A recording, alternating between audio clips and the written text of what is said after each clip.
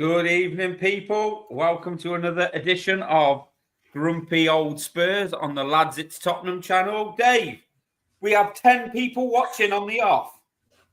10 people live. We are social media influencers, okay? Yeah.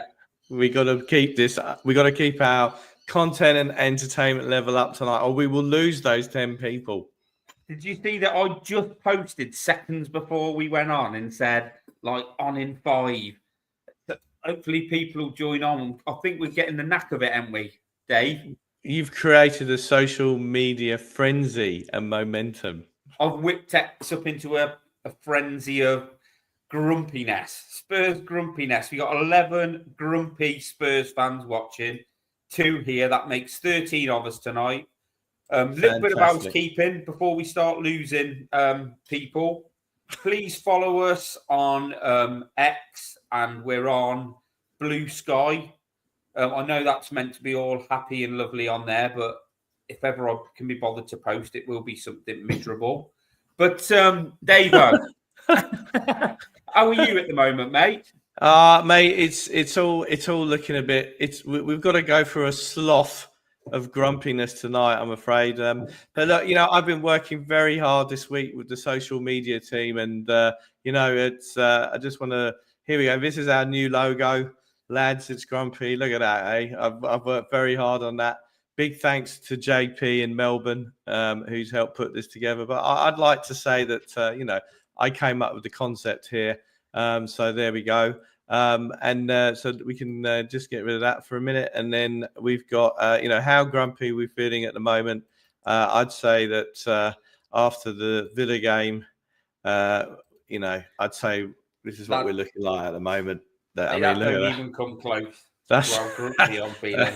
That's grumpy, isn't it? So look, next week I'll be working on the merch. Obviously, getting the t-shirts and the mugs and all that kind of stuff. Yeah. Well, that'll be next week's task.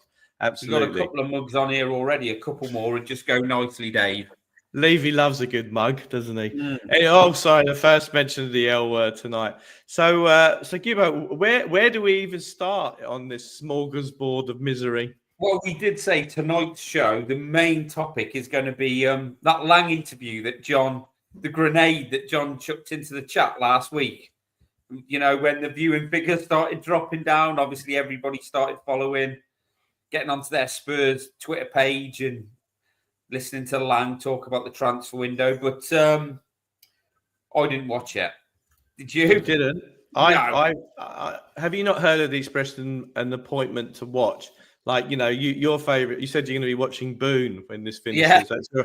That's your appointment to watch for the week. So that is basically my appointment to watch was the Lang interview. We don't have enough time because you got to get on with watching Boone at the end of this. Yeah. But I think what I would say is that some of the key highlights for me was, one, I like what he was wearing. He was rocking a cardigan. And as a grumpy old man, a cardigan as a fashion accoutrement, I'm down with that. I'll stand with him on that one. There was no brown polo neck. Good. He did say that we are in 4 competitions as of the time of recording. Yeah. Now, I do believe the Premier League expects us to fulfill our fixture obligations in the Premier League. So we are indeed in the Premier League. That is one competition. So he's right there. And he did inherit the Paratici disease. And what I mean by that? These are the players that he mentioned, and then I'm going to give you the players he didn't mention, and I want you to guess why. Are you ready? Okay, yeah. So he mentioned Archie, Lucas, Dominic.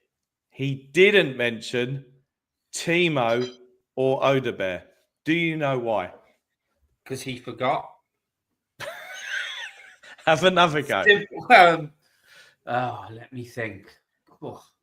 I mean, I would say because they're both shit, but we don't really know about Odebear, do we? I mean, Werner we do, but go on, Dave. You're going to have to. He did the old trick. He did the old trick of mentioning the players that came in over the summer that have done well so far, and not mentioning the players that have done either shit or nothing. That's the old Paratici trick. He never mentioned Clement Longley in his updates, but he always he mentioned Bentancur at the time and Kulu. So that's why. So there we go. If you haven't watched it, don't watch it now. Oh, we've gone down from 17 to 14 already. Well, so every time you get into one, but like we better start talking about football. But I'm just gonna give you a little bit of a heads up, Dave.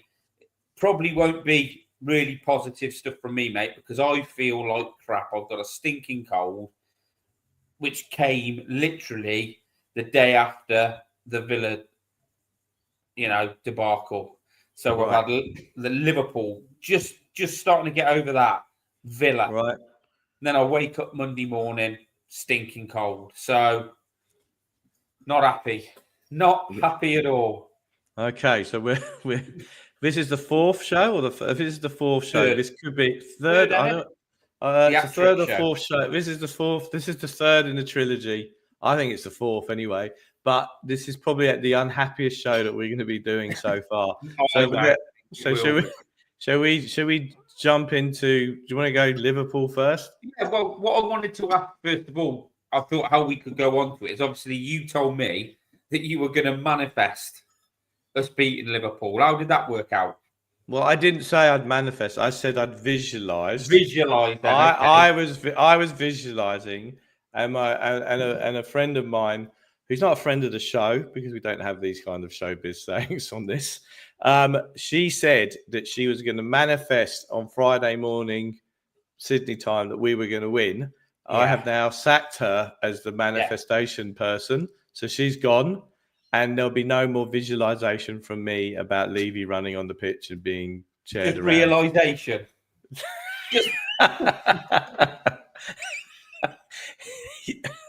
So I like that. So at the end of the day, manifestation, visualization's gone, but realization is now in. And I think you are the person to do the realization. Okay. Yeah. I mean, look, Liverpool, obviously. Like I said, I think I've said it on this show. That first leg, it was great to beat them 1-0. It was great, and we played well. But I just always had the feeling that they, just watching them play, they thought just keep them. As long as we're sort of like a goal, if it's a goal behind or it's a draw, we'll just take them to Anfield and bend them over and have our wicked way with them, which they did. Okay. It's a bit early for all that, but anyway. Yeah, but basically, that's how I felt it went in the end, Dave. The whole two-legged tie, like when we go through the results and people say, yeah, we've beaten Augsburg, we've beaten Hoffenheim, we beat a good Southampton team, we beat Liverpool, and now I'm like, we never beat Liverpool. That was half time. We've beaten the Manx. We've gone up. I'm talking about in this run since November. Since 1991. Yes. But mate, do you take that now that we beat Liverpool? Or so the first leg, right? I'm pretty sure Solanke missed a good chance he should have put away first leg. Yeah. And then there's the offside where, that was very marginal. Yeah. So in a world of ifs and buts, but not realisation, we'd have gone up there with a 3-goal lead, and I still think we'd have lost. Well, we probably would have. But yeah, mate, the team, could he have done anything different with the team? Maybe Tau could have come in. I mean, he probably could have changed his midfield. He changes his midfield every half time, doesn't he? So we start with the midfield, and at half time, we have a change in midfield. Mm-hmm. But obviously, I think Spence played in 3 different positions, didn't he? In that game, he did, didn't he? Yeah, he did, which is impressive. For someone who we weren't going to use him up until 2 months ago, he's now played 3 different positions. He is impressive, isn't he? Yeah, I like Spence. Yeah. But, I mean, obviously, we had the moment that none of us thought we'd see again this season, Richarlison dropping to the floor and pounding the floor, and he had to come off and Tau came on. Genuinely just trying to think of some green shoots, as they say. I thought Danzo was okay. Yes, Yeah, Tony Danza did all right. Tony Yeah, Danzo. I like Tony that. Danzo. Yeah, I think he came out. I think we brought the ball out defence one and went steamrolling forward, and he didn't really Yeah. know what to do with it after that because no one was making themselves available. I thought he was good. I thought our midfield was utterly appalling. I mean, I don't understand. It's Ange ball, but he's effectively playing Sarr. Who did he play? Sarr, Basuma, and Bentacle. They're not the most creative of players, right? I mean, I'd have played Bergvall probably. And I want to get onto Bentacore a little bit later on, but I just felt that you wouldn't have thought that we'd gone up there in trying to win a semi-final second leg, right? No, it was one of the worst semis ever, wasn't it, Dave? I haven't had that bad a semi on a Friday morning for a long time, let me tell you. And I hope not. I won't be, and it looks like I won't be repeating a bad semi again for at least until next season. Yeah, I mean, look, obviously, I am very sort of like I look at things and I see negative things. But when they were 1-0 down at halftime, when they come out, Liverpool were doing these little shuttle runs and bits and pieces, and I'm sat there with my lad, and I watch I watch Spurs walk out the tunnel back onto the pitch, and I'm like, just look at them. Look at the Spurs players. Look at the difference in. I know we're in a tough spot, but like you said, it's a semi-final, and just watching them come on the pitch, I thought there's just nothing there at the minute, is there? Like people say, oh, they're tired. I mean, we'll come on to Villa, but they can't have been tired for the first minute against Villa, can they? But, we'll get on to Villa in a minute. But what I'm saying is, Dave, it's like that for a semi-final, and I know pundits and people in the media are sort of jumping on the bandwagon a bit, jumping on us. But, a lot of the things they're saying true. I mean, it was terrible, wasn't it? What a terrible performance for a semi-final. I mean, attitude, application, everything. Was that the worst semi we've ever had? That Chelsea one under Redknapp. But the Chelsea one was, the Chelsea one was, but I'm sure we had a goal over the line or something like that, wasn't there? There was, which at a crucial point in the game, we had that. Yeah. And so, I mean, the Chelsea one was bad, and particularly because it was Chelsea. Like you said Portsmouth, but I don't think we were as poor. I can't remember many where we've been as poor and inept as we were. And putting to one side how good Liverpool were, because they were good. Liverpool are an excellent team. So if I'm a Liverpool coach, you're going, if we go out there tonight and we match them for effort and we do everything right, or we do the majority of things we want to do right, we will win this game. That's how Liverpool would have approached it. But because of how Spurs approached it, they didn't even have to put as much effort in as they should have in a semi-final, did they? That's more disappointing than the result, mate. Good evening to Holly. Hope you're well. Thanks for joining. That's more disappointing, isn't it, Dave? What, that Holly's joined? Holly's very nice. No, come on. Stop. Don't do that. I mean, look, at the end of the day, mate, right? At the end of the day, the situation is that time and time again, we have seen from not just this team, but teams over recent years of those big, important games where they've got to turn up. We need them to turn up. And they never do, right? And at the end of the day, that captaincy issue is a real issue for us. I'm sorry. Are we going to go in? No, we're not. We're not. When I was thinking earlier, I thought I do not want to go in on him again. No, I don't want to go. I don't want to go. We've been saying the same thing all the time, haven't we? So it's just nice to be proved right. No, it's we don't want to look. So it was an extremely disappointing night. I've got cousins of mine who went up to there. So, they went up from London. I don't know, God knows what time they got back. And obviously other people who are driving around. I, to be honest with you, I did jinx it because I think I had to drop my son off early. And then I played Aussie's dream as I was driving across the Harbour Bridge to get back to here and watch it. So it's my fault. I'm sorry. It's a visualization in Aussie's dream as to why we lost that semi-final. Sorry. Well, you won't be Sicily again, will you, Dave? No, I will not. And I even went in for a bit of Tottenham straight after that. What about David? What about Hot Shot Tottenham? That's my go-to because that really gets you going, doesn't it, at the start of it? Yeah, but Hot we lost Shot that. Tottenham. I know we lost. Yeah. Please. I can't. I went to that final. Do we have to? Please. I mean, there's a shout out here from Holly just on the captaincy. She wants Decky to be captain. Yeah. I mean, Decky's got a bit. I mean, I think I saw him arguing with the ref either after the Villa game final whistle or the Liverpool game. I like him. He stands up for himself. But, I mean, I feel he's running on fumes at the moment. Yeah. He's running on fumes, Dave, and he's getting annoyed, isn't he? You know, I think he's one of these who starts looking around at players now thinking this lot of crap. I reckon he's one of them. And that's not me having a dig at him. I think he's a bit like, I'm better than this. This is awful.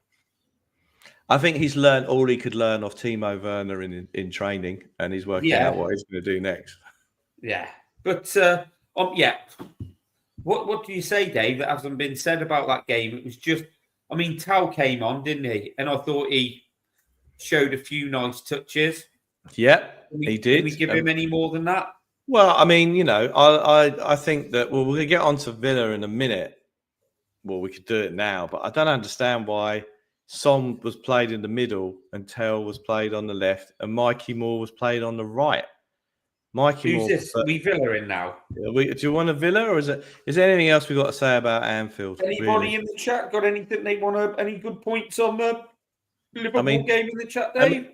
I mean, do you think Van der Vaart should, whatever his bloody name is, should have got sent off for that elbow on Richarlison?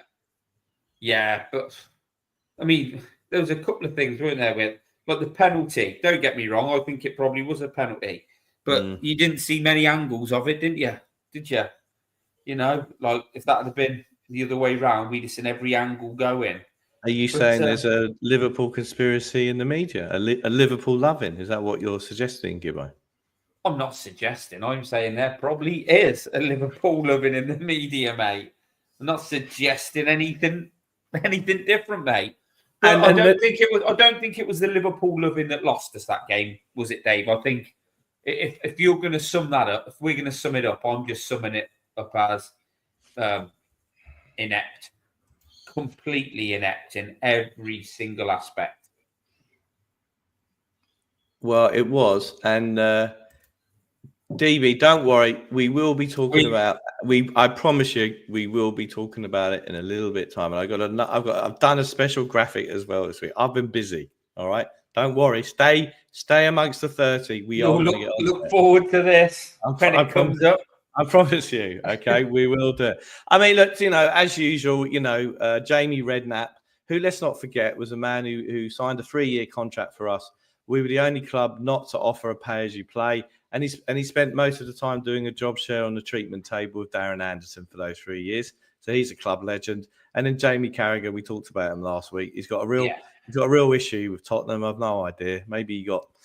I don't know. But he was right, though, wasn't he? He was right, though, wasn't he, Dave? What winds Spurs players up is Spurs fans. I wish someone would wind the Spurs players up.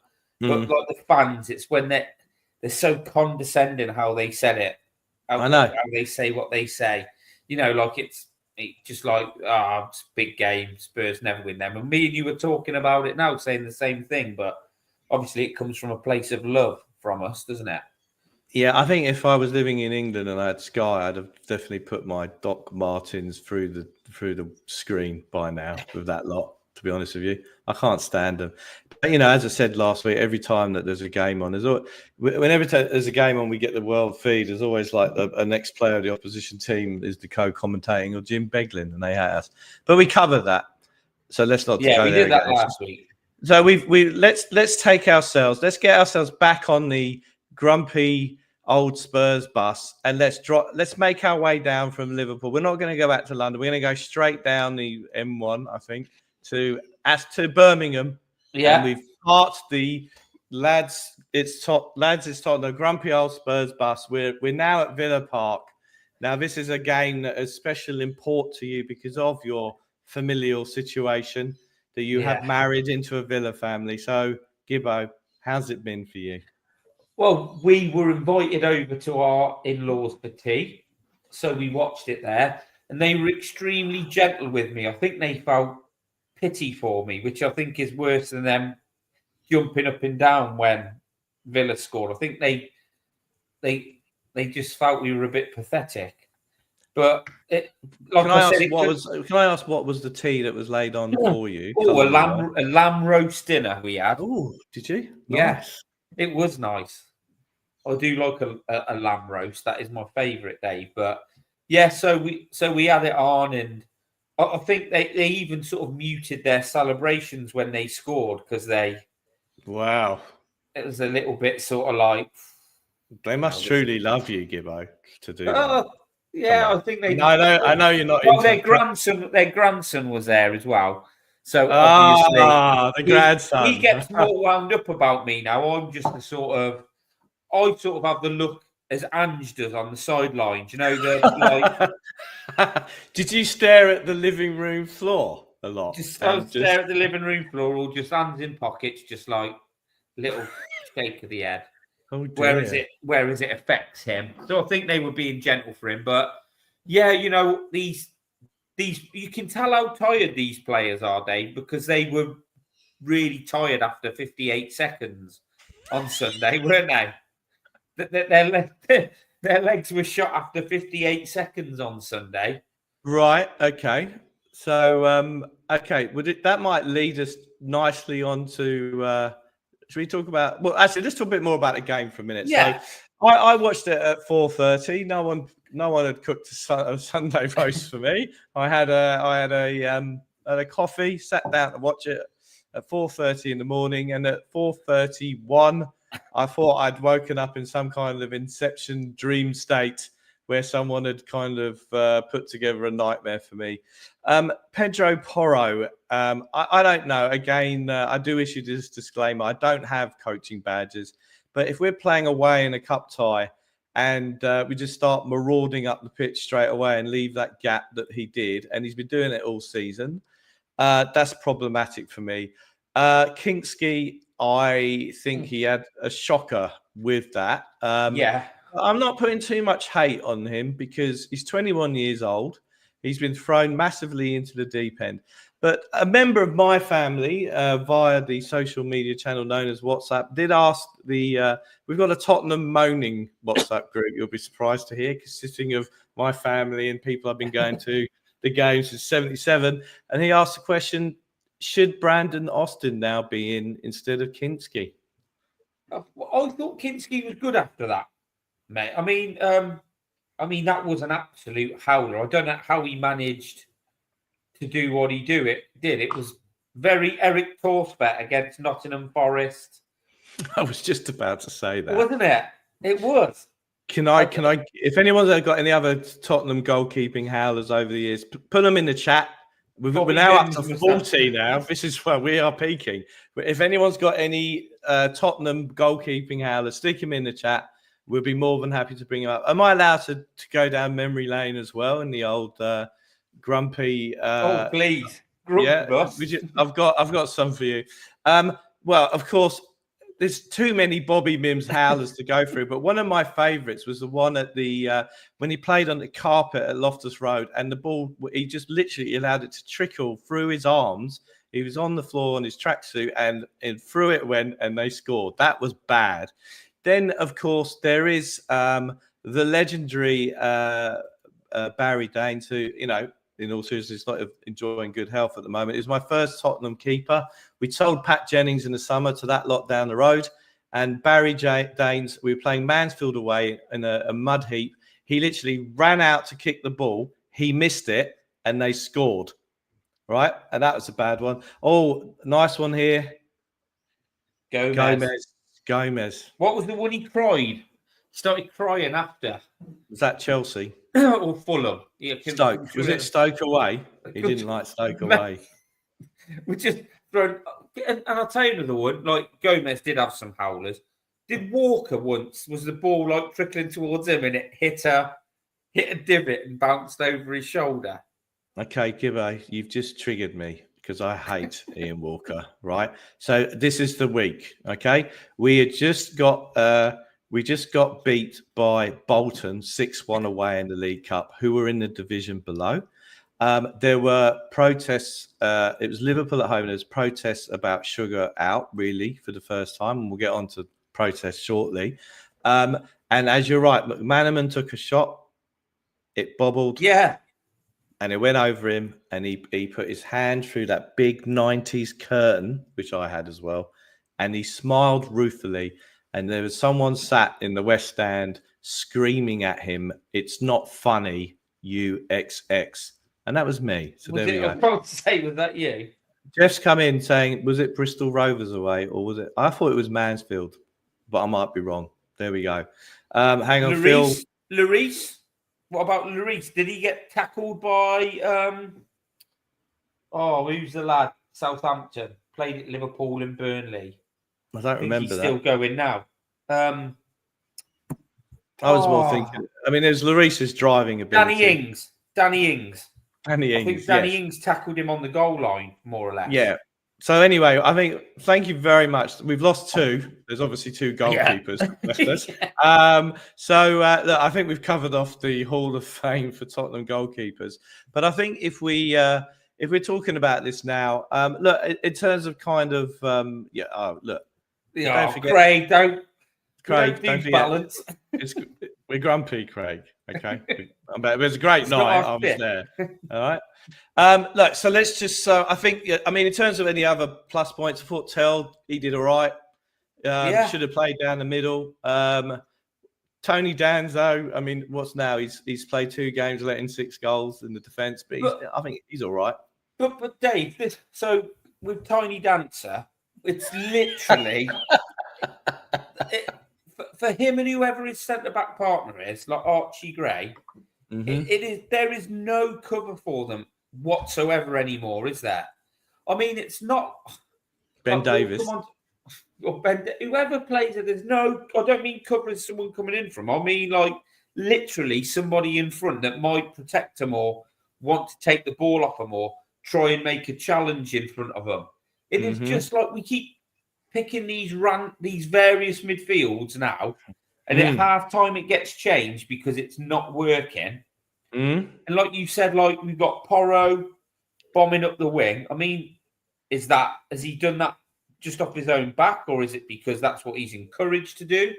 But how many times did like Ramsey and Morgan Rogers, or they just kept constantly picking the ball up in that space behind our midfield and in front of our back four. Yep.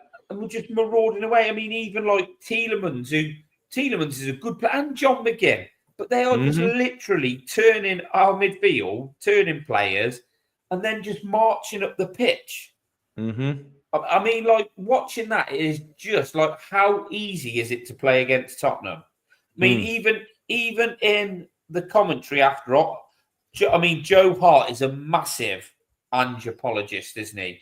Because I think he turned his career around and he gave him one last hurrah. Yes. But even he said, like, the league's over for him because everybody knows. I mean, it was damning. He's sort of saying, oh, you've got to give him time. He's got to go again. You've got to do this.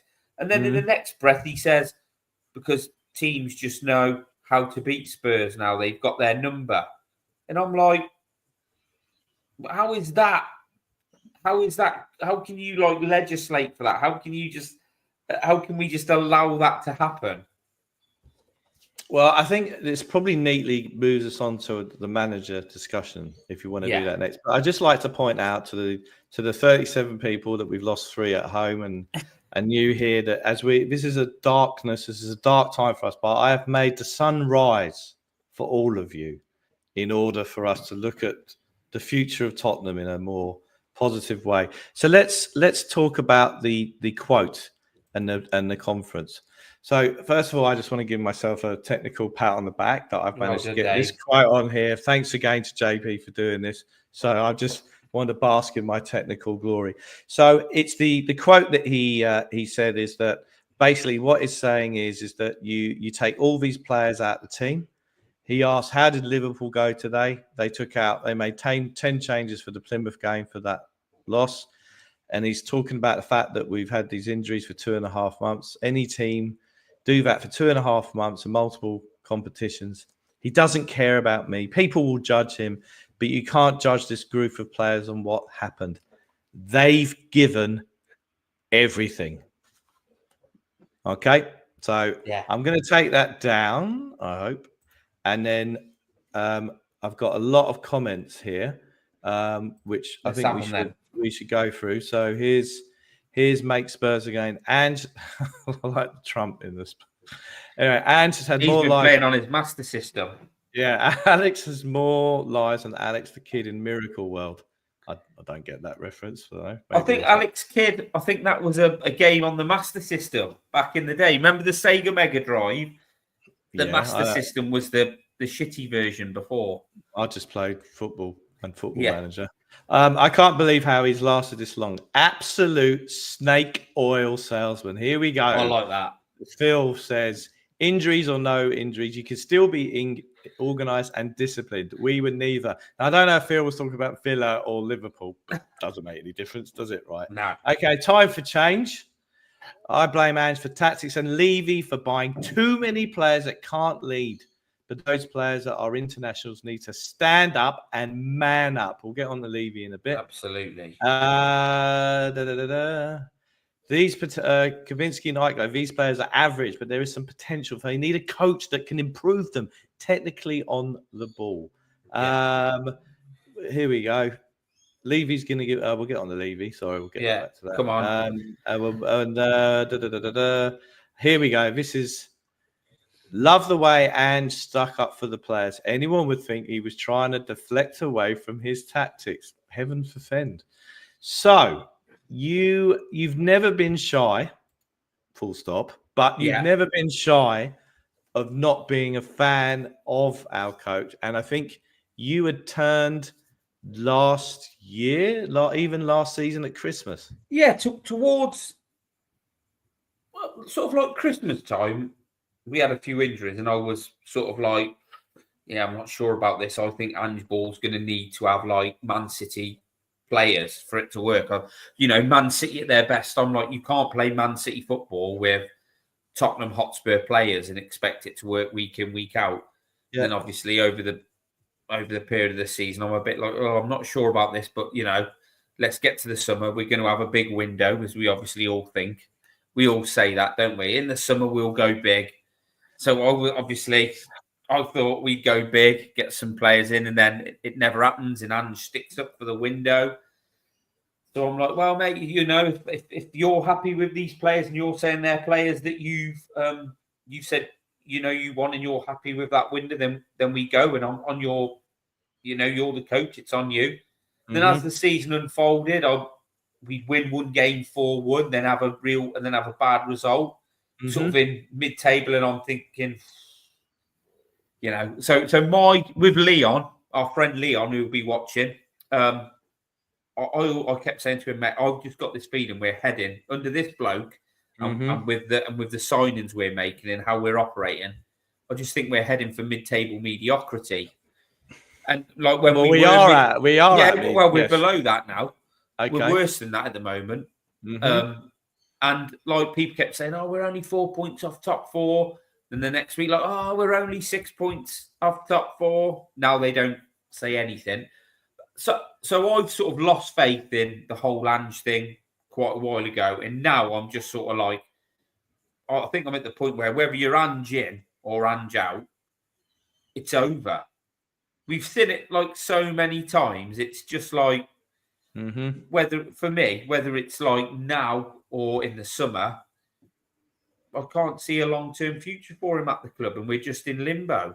But I think, but more to the point, I just don't think he's up to it. I just don't think he can, like how he keeps getting the midfield wrong. I don't think he can. I used to think he doesn't want to change, but now I'm not sure he can. I'm not sure that he knows how to set up a team to play in a different style. I just don't think he's up to it, mate.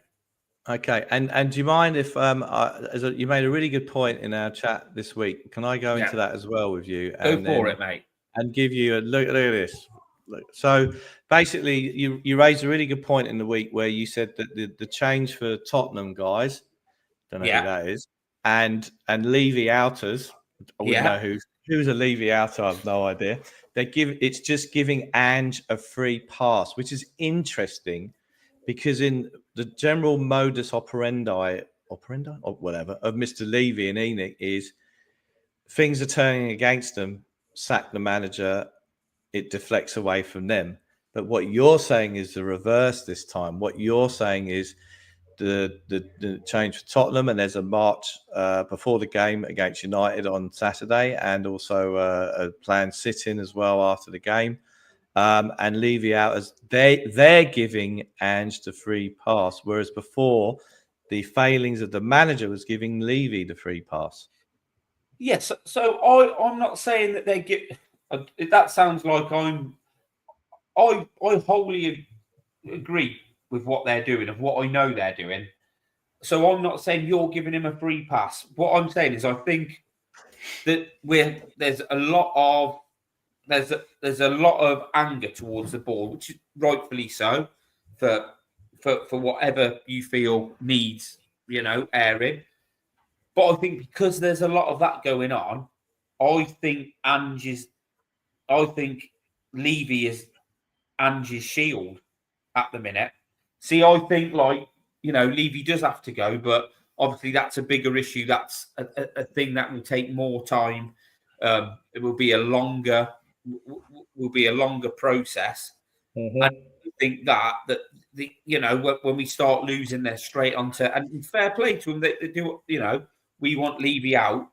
Mm-hmm. And it's giving Ange a longer sort of rope, if you know what I mean. It's like, and I know people are saying the next manager will face the exact same. I genuinely think, like people will say as well, when I'm talking about Ange out, they'll say, well, who else? Who else could come into this and make it any better? Well, I think probably anybody. Anybody? Mate, really? I think if you even went and Levy decided to get Sean Dyche in to the end of the season, I'm not joking. I don't want Sean Dyche. Absolutely, I don't. But I genuinely think he would come in and he would do better. I'm not saying how. I think he'd start to pick up results. I think he'd set him up better. Obviously, I don't want him. I genuinely think he would. I genuinely think if somebody could come in and get a few peckers up, if you know what I mean, Dave. Get people, he's got a few of the injured players coming back. I think we'd have more chance. I really do. I really think that Ange is just not up to it. But I've thought this for a long time. This isn't just a sort of like a knee-jerk reaction. I mean, I don't know what you think, Dave, but yeah, we do want, Levy, we do want to change it, the ball. We do want things to change. I want better footballing decisions made by the club. Mm-hmm. I genuinely think, someone says Ryan Mason, I don't think he'd do worse. I honestly don't. I think it's awful. Well, I mean, what's your opinion on it, Dave? Because I'm forever giving my opinion on it, and I don't go into because I'm not a big person on tactics, but I know what I see, mm-hmm. and I've seen this play out lots and lots of times. But I just okay. So look, just a few things. Firstly, I mean, so JP's now in the chat and watching, so I don't think it would start the show. So again, shout out and thank you, JP, for doing the graphics. They're really cool. Thank you for doing that. I know you're really busy at the moment. So look, where do I stand? So some utter moron rang up 606 after the Villa debacle. He was caller number 2 on. And this idiot said that you may as well have CP30 sat in the dugout. It wouldn't make any difference whatsoever, right? Because I'm of the view now that so there's culpability all around here. So and these, and the summer window we gave him was a worse squad, more games. And we've talked that to death. So we're not going to go there. All right. The second thing is with Ange is that I think his player rotation has been poor. I understand the homegrown rule and 4 keepers in the Europa squad, but why you're going to have your first choice fullbacks playing in the Europa and you still play them in the Premier League? And Destiny came back from an injury last season, and he's not been the same this season at all. And I think that's been an issue. His rotation has been poor. He should have been rotating the fullbacks much better than he did. He should have been rotating better than he did. There's no doubt about it. I think his in-game management. The funny thing is at the start of last season, those first 10 games that we were doing really well, I was pleasantly surprised by his in-game management because handball to me felt it was going to be like baseball and cricket. We're going to be gung-ho, gung-ho, gung-ho. But he was doing management in terms of he brought on Perisic.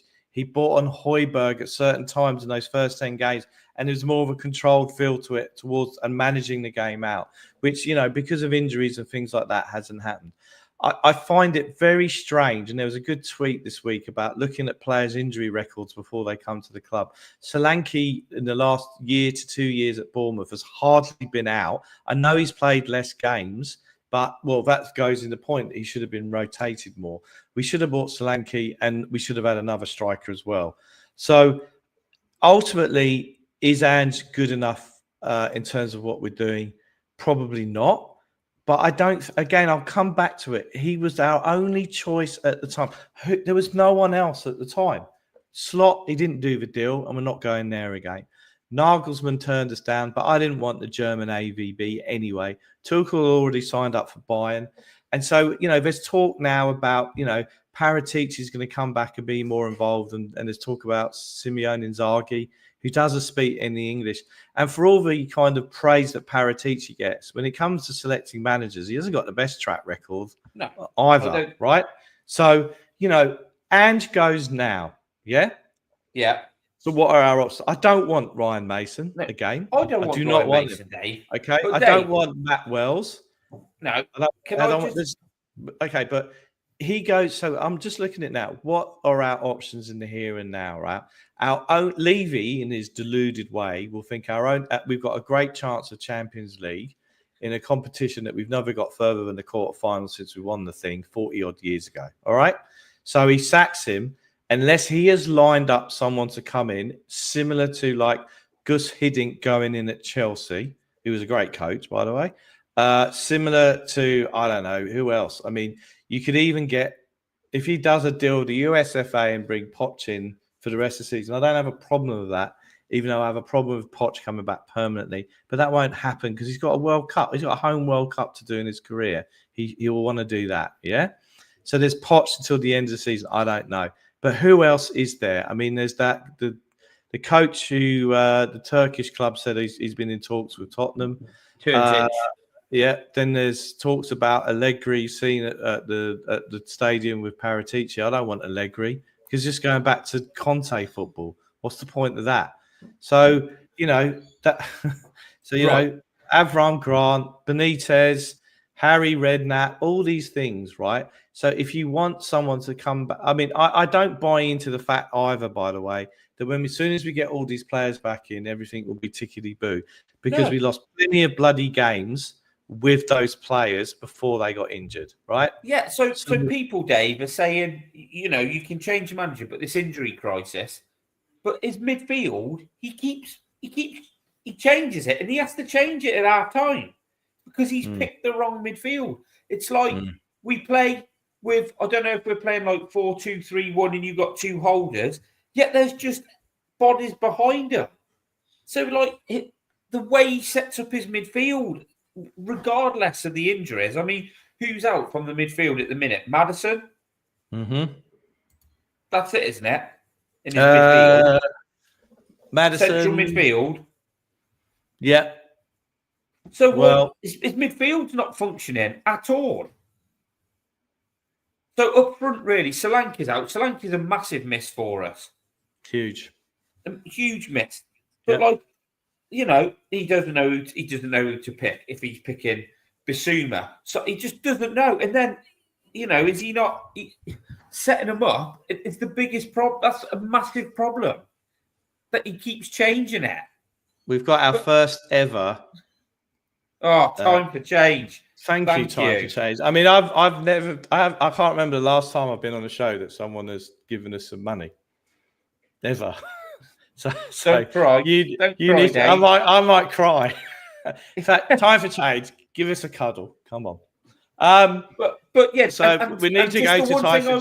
Go on. Sorry, just the one thing I wanted to say. We're saying about which manager, right? So obviously, I know I talk about Villa because my family talk about, but they had another dud from Scotland, Steven Gerrard, absolutely stinking the joint out. And this is what the type of thing when we're saying about time for change. This is what I want: good footballing decisions. They earmarked Unai Emery at Villarreal. They spoke to him. They paid what they needed to get him, and they got him in. Right now, people won't agree with all these managers. I like Thomas Frank. I've said that before. Nice. I think with the next manager that Spurs get in, if we change from Ange at the minute, we're not looking for someone to challenge for the top four or get us up to second or like challenge for Champions League. We need to be getting back mid-table and getting into European football. So I genuinely think like Iriola, I'm not sure because they're doing all right, but Fulham and Brentford, Silva. I think those two are both better coaches than Ange Postecoglou. I genuinely do. Now, I think if one of those two is a guy you're earmarking as the next Spurs coach, you go to them now and you say, "What is it to pay him out?" They tell you the price. You speak to them, and I think you could get one of those two. I'm not saying that's who we get. That they've got to choose. That the club should be choosing who is the coach they're willing to get. But I think you could get those two. If you want somebody, you can get them. You just have to pay the right money, and obviously you can't sell. Every manager struggles at Spurs, don't they? Because of Levy or whatever. But you've just got to go and pay for them, and you've got to do what you need to do to get those managers. So I think there are managers out there. Okay. But everybody's entitled to their opinion, mate. But I just don't rate this guy, and I haven't rated him for a long time. Not just since we've been in the state we're in now. So we're just on the time for change because thank you very much for the £1.99. We massively appreciate it. I mean, Levy to sell stadiums at NFL. I don't know if he is actually selling the stadium at NFL or it's just the license, or I don't know. They're trying to get a license to the home games or something like that. Or maybe we will be the first club outside of America, the first stadium to host the Super Bowl. That would be exciting, won't it? Yeah. So who knows what Levy's up to business-wise at the moment. All I know is he's going around saying that he needs more investment into the club. So we shall see. I think I just wanted to bring up another comment from King Hoddle. Good evening, King Hoddle. This is the worst ever injury crisis. Ange wasn't backed. He's given one. He was happy. Yeah, but they all say that they're happy. Even Jose said he was happy. Yeah. So, I think that's a bit of a furphy, right? They all say at the end of every window, apart from Conte, I'm happy, right? There must be, he is more protected than the mountain gorilla. I've never known anything like this. I have never known a guy so protective. You can still set your team up and be a little bit more difficult to beat and do other things, can't you? But like I said, it's everybody's entitled to their opinion. I'm obviously very passionate that I think he stinks the joint out, but hopefully I'm wrong. I want to be proven wrong. The reality of this, right, is that at the end of the day, he will not be our manager at the start of next season. Okay? All right? He will not be our manager at the start of next season. So I think any manager who wants to come in who's worth their salt will say, I want a pre-season with the team. That's my starting point. I mean, you look at what Amarin's going through at the moment, okay, at United. So I think the reality of the situation is this. We will, I think he'll go in the summer. I still think he will. I think he'll keep him for the Europa, right? I think he'll keep him for the Europa. It will go out of the Europa to some coach, to some team whose coach has just been released from prison between the two legs. and then that's what will happen there. But in the summer, he'll go, and then we will faff around as we always do to try and get to. And a couple of managers we get excited about, we don't get the deal over the line, and then we end up getting Jacques Santini back, and that's what will happen. So I think that's kind of where we are. So Gibbo is Ange out now. I'm saying Ange will go in the summer, and that's what we're going. Oh, sorry, we've got another. We've got another one. This is we've had our highest number of we have now got £4, which in Australian money is $500 at the exchange rate. So thank you very much. Blur or Oasis? Asks Craig Gibbo. Oasis all day for me, mate. I'm both, Craig. I love them equally. I've got 3 favourite bands, and they're 2 of them. 3. Love them to bits. There's no. I don't like being told what to do at the best of time. So when people come up to go, they're Oasis in the night, I like them both. But great question. Let's hope the Bollards and Watford are going well tonight. Craig, thank you very much for watching. And yeah, so we've got 54 watching. If you can, in the true style of Caller, smash the like button, tell your friends about it, get the likes up, tell your kids to do it. We would be very, very appreciative. It'll help the algorithm. It will help the algorithm, and it's all about the algorithm. Now, I do want to move on to a little bit of a sacred cow next. If you remember the old sacred cow, Rodrigo Bentancur. Yes. Okay, so my case for the prosecution is this, Gibbo. Yeah. He is, for one reason or another, he has played the least amount of games this season. Yeah. So he can't be as tired as everybody else, right? No. I appreciate he had a very nasty concussion injury that we wouldn't wish that on anyone. Absolutely not. You may also argue that he has been saddled with midfield partners who go walkies or are not fit or just indisciplined. But I've been very unimpressed with him in the last few games. Now, I really liked him when he joined us, and I thought he was our best midfield player. Great close ball technique. He had a pass on him, controlled the tempo. I just think in the last couple of weeks, and I know that Ange, I'm not bringing up the comment again, he's played loads. He hasn't played loads compared to everyone else. I've been really disappointed. What's your view? Yeah, I mean, look, me and Zach were having a chat a few weeks ago, basically saying, now he's got over that concussion, he's back in. If he can get back to the form he showed before, he's by far and away our best midfielder. Because he used to weigh in with a few goals as well, didn't he? But, mate, I mean, even that on Sunday, like on Villa's second goal, you just saw him sort of amble back into the area, didn't you? It just feels like he's struggling for form and he's just sort of given up. It just looks terrible, a terrible look. Just doesn't look up for the fight, does he? Yeah, maybe like these guys are saying, the injuries have took their toll on him. I mean, he has spent a lot of time out, hasn't he, injured? It hasn't really been going for him. And maybe it's just come to that point with him, injuries, suspensions, team in poor form. Maybe it's just a case of he needs a change. Because that happens sometimes, doesn't it? That does happen with players. We do need a change of ownership, but the thing is that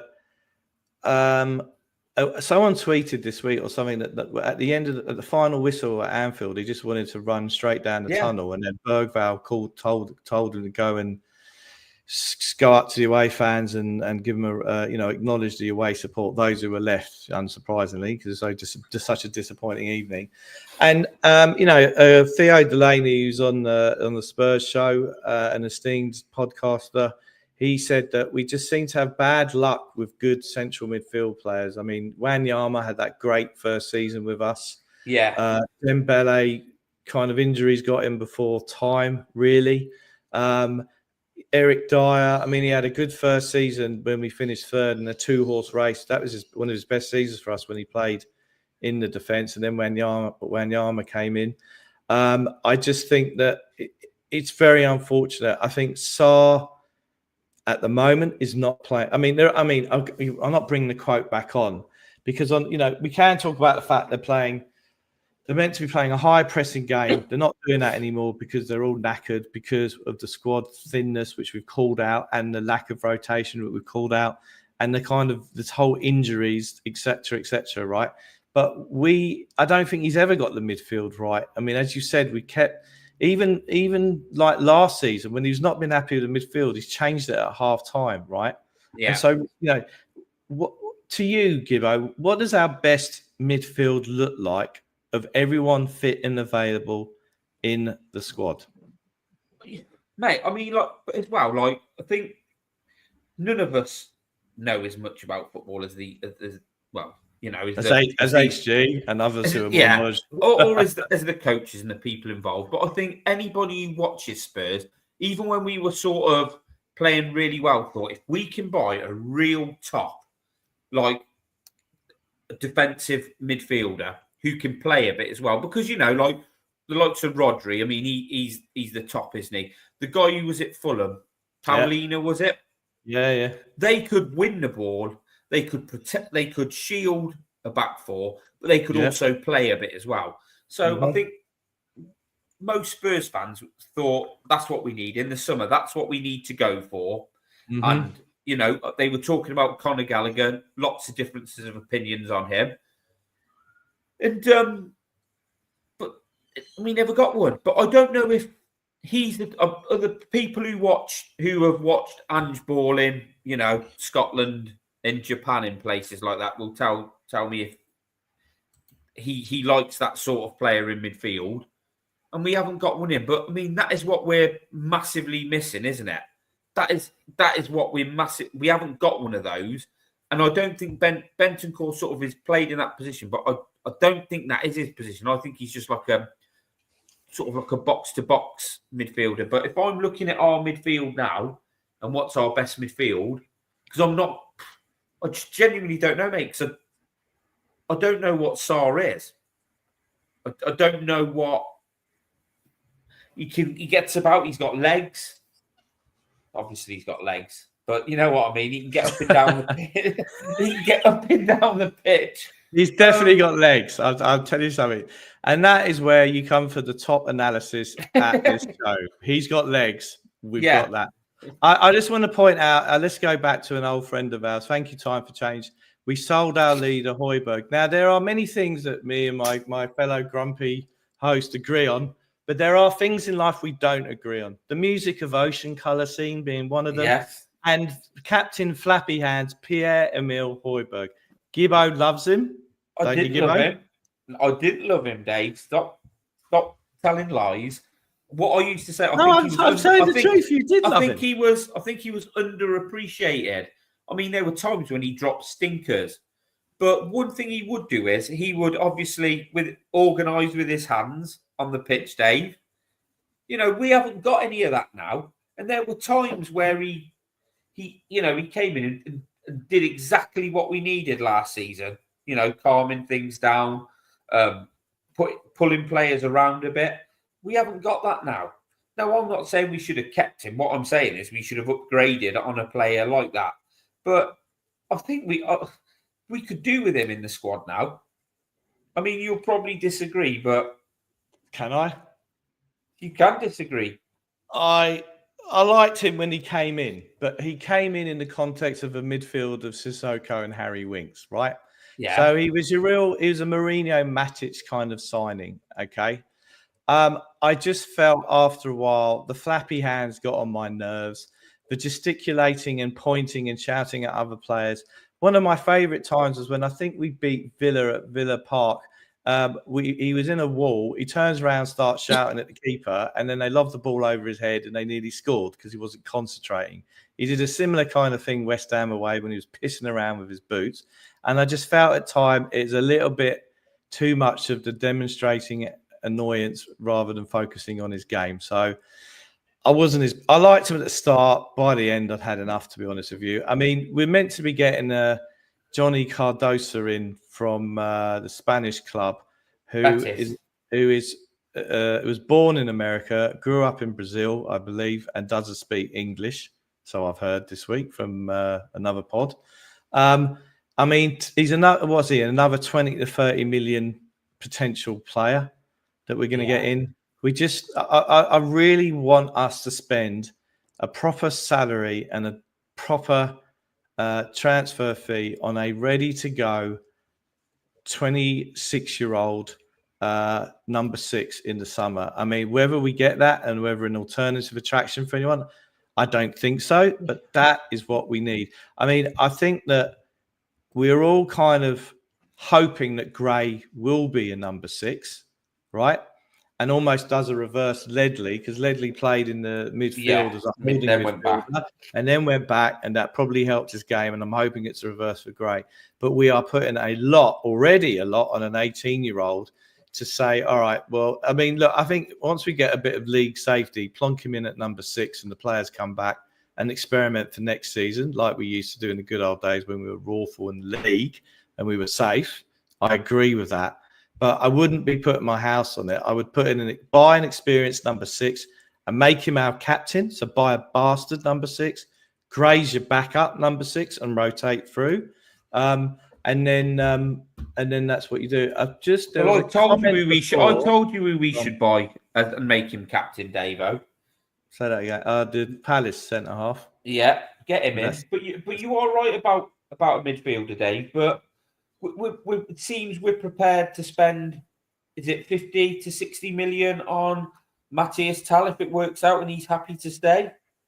Do you think he's going to sneak off to United in the summer? I've got a feeling. Oh, well, I'm not convinced he'll stay. Depends how we do, doesn't it? But so we're obviously prepared to dish that money out.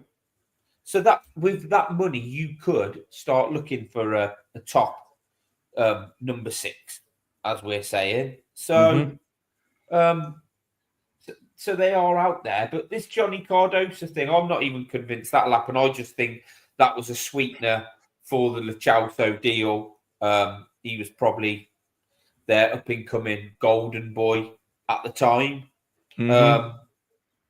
So, you know, I think there's others out there, isn't there? Like you said, just go and get someone who can galvanise the team and get someone in who you think, look, can lead this team on the pitch. There must be people out there. I can't think of any off the top of my head. Like I said, the guy who went to Bayern Munich from Fulham would have been, at the time, I thought he would have been ideal. Well, there's a couple of things. I mean, I don't know how much time we got left, Gibbo, but I mean, I don't know if you wanted to cover off United, but there's a question here about Romero. Is he moving on? I think he's, yeah. I think so too. I think he thinks I'm better than this. Time to move on. Yeah, I think so as well. Do you want to quickly talk United, or should we leave? Do we have 5 minutes, United? Yes, I don't know whether there'll be a show previewing the United game. I think there is Friday. HG, Jack, and Paula are back, so some sense will be talked Friday if you'd like to tune in. Yes, so some proper football intellectuals who can talk tactics, data, and underlying numbers, and know the European market very well, as opposed to 2 middle-aged blaggers. So, United. Are United in a worse state than we are? Wow. Are they below us in the league? We haven't even done that research. We'll get that on Friday, ladies and gentlemen. You will get that on Friday. I like that. That's the one I like. That is it. Was there? I think this is it. Yeah. King Oddle's got it bang on. Well done, King Oddle. I went to Al Sakiko when Nuno lost his job. I don't think for all my thoughts on Ange, they ain't getting rid of him. He's here till the end of the season.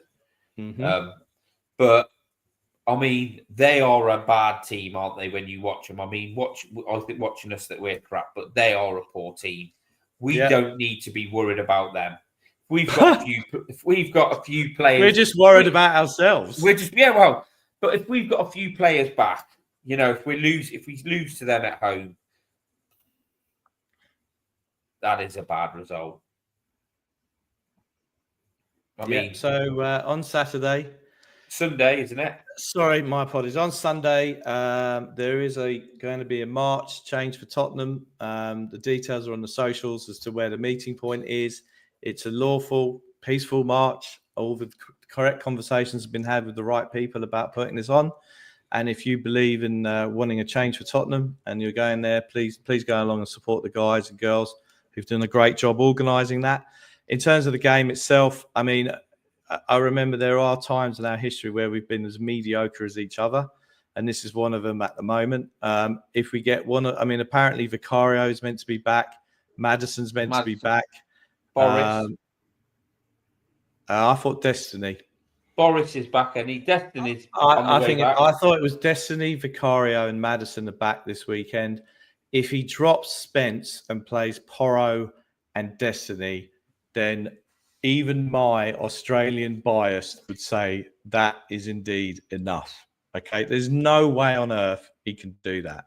I'd like to see Porro rested, Spence on the right, Destiny on the left. Then obviously you've got Tony Danza.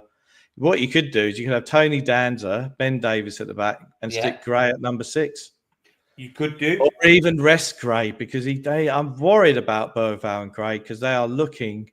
We've aged them already. It's like we've put them in a boy band and we're beginning to Simon Cowell them.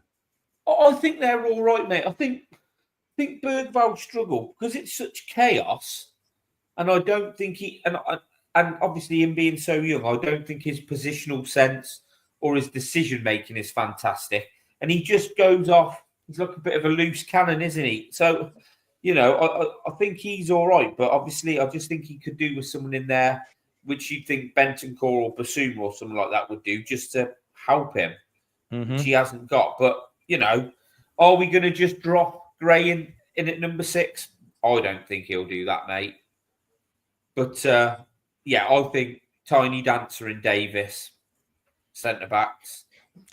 Don't call him Daddy Davis, okay? No. I mean, who are you going up front? Tao's got to play down the middle, hasn't he?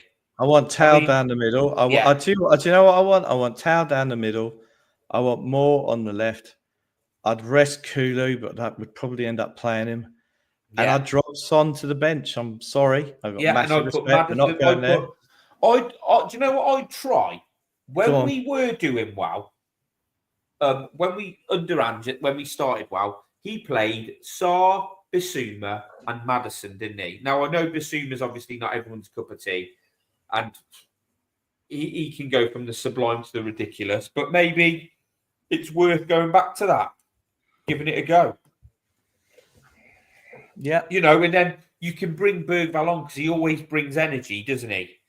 And then at least you've got a little bit of an impact off the bench. Absolutely. So what's your prediction? I've got a feeling it will be 1-1 or 2-2. Right, 2-2. I think we're going to win 2-1. I don't know why, how, or anything like that. I am grumpy, but I tend to predict that we will win a game. So I think it'll be 2-1. And I think get a brace. And will endear himself to the crowd even more. And so one quick defence of Ange from King Hoddle. And then we've got the team here from Ronnie. Yeah. Yeah. I mean, here's one though. Udogie has been out for a while. Would you start him? Because obviously we started Van der Ven in that game, and now, obviously he's not injured again. We are just he's not injured. Managing. There's managed and there's being managed, right? Yes, but obviously he played that half, and now they thought, we've watched that 45 minutes of football. Now it's time to not even have him on the bench, just keep him in cotton. But he's injured. That's called he's injured. And where Romero is, who knows? But some cynics would say, I think there's an international break in March. He could be back for that. But Ronnie thinks it's 2-2. Well done, Ronnie. Desmond. And I think we did have one last thing, which we're not going to cover off. Are the fans, players and owners in a metaphorical coma at the moment?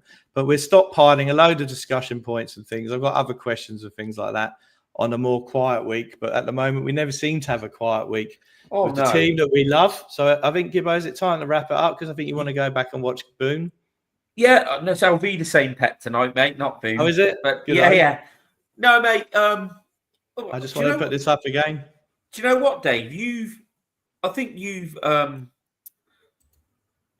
sort of led the show more than I have tonight, Dave, and you've done bloody well. Well done, Dave, because you said the other week to me you didn't like doing it. I don't like doing it, and I think you've done a fantastic job of it tonight. So well done. Well, that's very kind of you to say, Gibbo, but it is a joint combined effort. Yeah. I mean, I'm going to pat myself on the back one more time for designing our logo. I mean, it was using Canva and chat, but as a boomer technophobe like myself, I'm just patting myself on the back for that one. And again, thanks to JP. Look, I think that's very kind of you to say.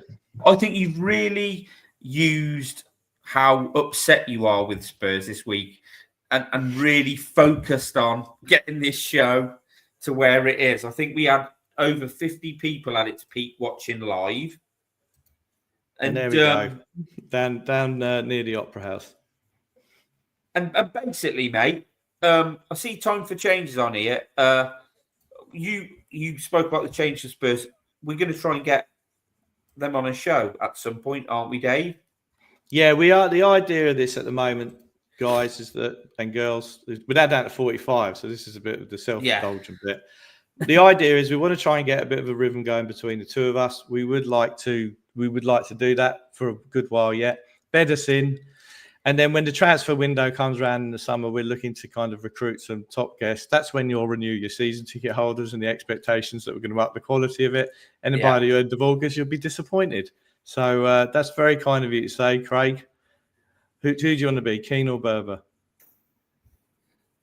Dave, I think you're the more cool, calm and collected Berber, aren't you? My children and my family and friends wouldn't agree with that, frankly. And that's why I've got old Grumpy in the background. Yeah, thank you very much. That's who we are, King. And we're going to try and see if JP will do us one last favour and see if we get a graphic on that as well. But there you go. So I think we'll wrap that up. Thank you very much. I think we got up to 50 tonight. Yeah. This morning. So thank you very much. To be warning you all, next week when I do the show, I will be dressed in my school uniform because I have to go and do something for a living starting next week. So we'll be back on next week where we will be talking about Man United. We might be talking about the March.